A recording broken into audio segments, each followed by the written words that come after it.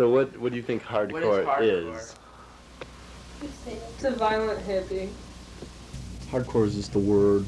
Heavy metallic depression. Attitude. Either fast or slow.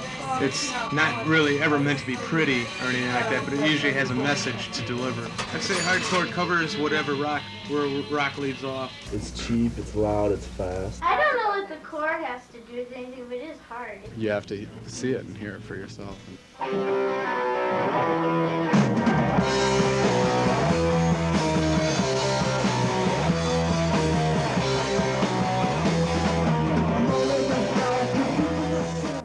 The Cleveland hardcore scene is not solely shaped by the performer. The audience's participation, behavior, and appearance also contributes to this youth-oriented culture.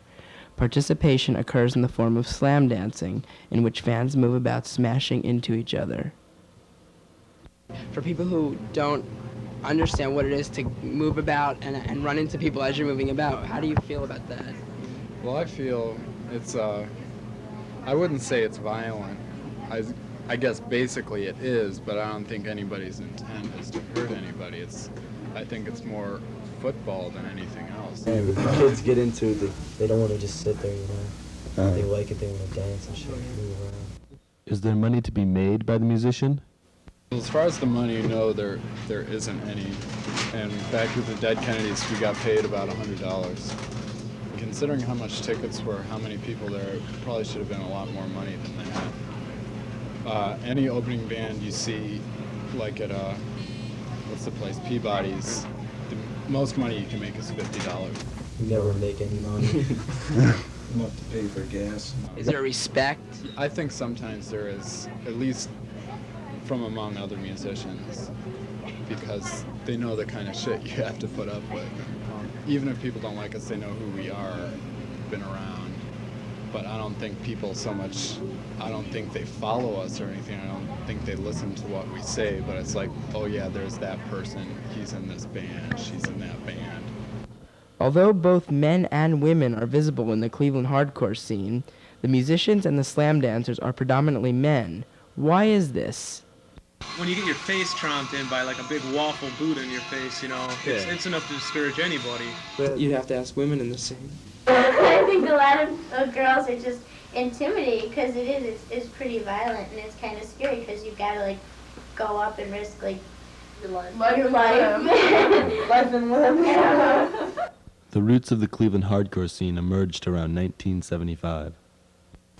In the past, it's had potential where it's peaked and it's gone downhill. I just, like right now, it's sort of been trying to get lifted up again, but it hasn't gotten off the ground. The hardcore scene hasn't gotten off the ground. Virtually no clubs in Cleveland. In the last couple of months, 3 hardcore clubs have closed down. It used to be better, that's for sure. There should be one club for like alternative music. Because you have lots of clubs like sort of closing or not doing all ages shows anymore. There's tons of bands around, there's tons of people, but see, I think a lot of them get just like really frustrated. Why are all these clubs closing? It's because people who, pretty much the patrons of the places, they do really, really stupid things like vandalize, spray paint of the buildings, stuff like that. That's how they got the lakefront closed, is because it was serving alcohol to minors. So, I mean, the biggest problem is we don't have a club that is willing to have all ages shows, that's willing to book hardcore acts. Local bands are coming out on vinyl. Together, and they're making one concentrated effort. Instead of all these bands coming out, putting out their own record on their own label, like a bunch of bands got together, say like on the St. Valentine's label. There's a St. Valentine's label. You've got like 5 or 6 Cleveland bands all working together to put something out to get Cleveland more or less put on the map as far as new music coming out, you know. As far as labels, there's a few, but like, it's usually self-financed. Even St. Valentine's, the bands are all paying for their own record. It's just to have a focal point so everything's coming out of one source as opposed to 5 or 6 different labels. So it's more recognizable for people out of town, St. Valentine's.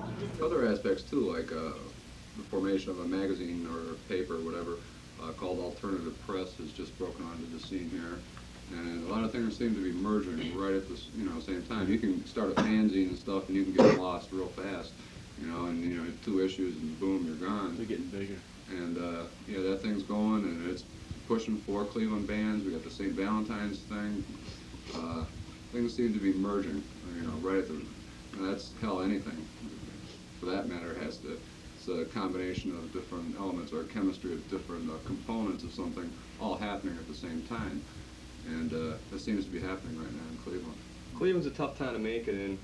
You definitely got to struggle. At any point in a career, I'd feel proud to say we started in Cleveland.